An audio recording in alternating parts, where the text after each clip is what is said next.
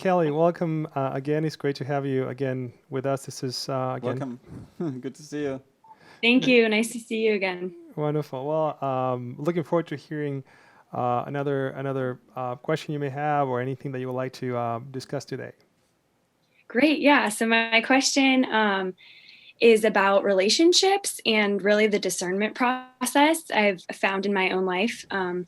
That it is an area where I could use some guidance just in terms of discerning my vocation to be a wife, to be a mother, what that timeline looks like, and who that person is. It the person I'm with now. So I was just looking for kind of some advice, and if you guys had any suggestions on how to pray and really discern that. Yes, definitely. Well, I think one thing that we want to keep in mind is that the purpose of marriage and the purpose of relationship. We have friends, and some of us get married so that we can give to that other person or those other friends, people, the love that God gives us first. So we want to team up with others to help each other find Christ, find God in our lives, which is the greatest source of happiness for our hearts, for our souls, and in our lives. So first of all, keep in mind that principle that we are in friendships or in marriage, so that we can help each other grow in holiness. It's an important thing to discuss with maybe that person that you might be dating, and along with that, other important topics that you want to discuss before you consider getting married, or as you're thinking about that possibility.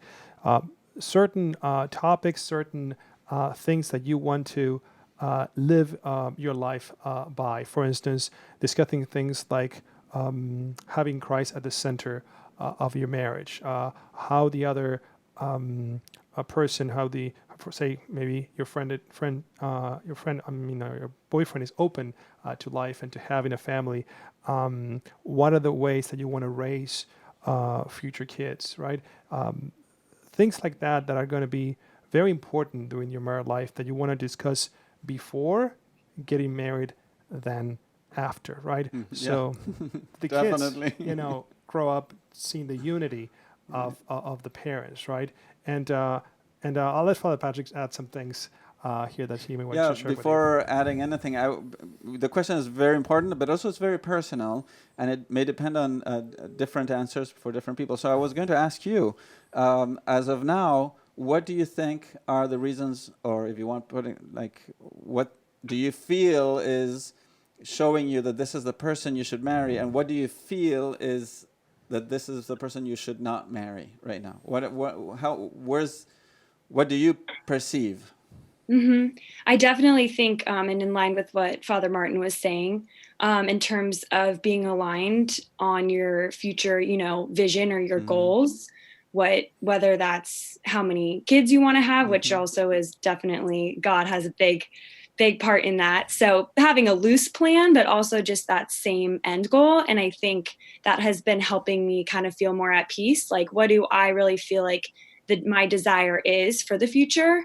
And kind of following that and seeing if my boyfriend's desires are also lining up in terms of how Right. we would like to raise our kids, and Of course. practicing natural family planning and things like that. Very So good. definitely agree with you in that you have to have these discussions before you make that commitment to make sure you're on the same page, for sure. Right, right. Well, I would add simply this, that if you want, there's like three levels of companionship, right? So whenever you have a relationship of any type, there's like, first of all and above all, the communion in the goods of the spiritual life, right? And communion in the goods of faith, right? So we share God and our faith and our Catholic faith. Then you have a communion of life in a psychological personality type, right? So you want to, of course, be attracted to this other person from a human point of view. And then from if you want more human aspect, we like the same things, suppose that you like playing tennis and he also likes that. And well, that is less important, but it's also important, right?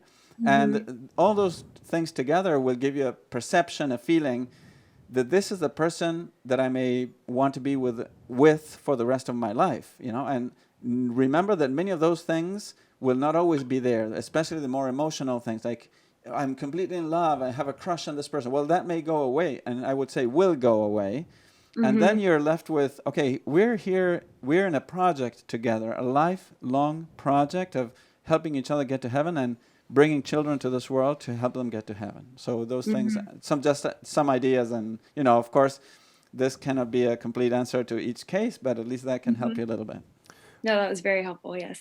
Great. Well, Kelly, one last thing is that once you see that maybe that person might become your future spouse, you can bring all these to prayer and maybe ask the Lord, if you have any doubt, to make it evident if that is not the person that He has in mind for you, for your life to become a saint with, right? Instead of asking the Lord to give you necessarily like a positive sign, Like maybe a sign, right? maybe just simply ask Him to let you know clearly if that is not the person that you should marry, because that's also why God gives us a sense of judgment, reasoning, and discernment as well. But thank you for a great question. Thank you for calling us again. We'll pray for you. We'll pray for Definitely. your discernment and God willing, your future marriage and family. Thank you God so bless much. you. You're God welcome. bless. God Take bless you care. too. Take care. Bye. Bye-bye.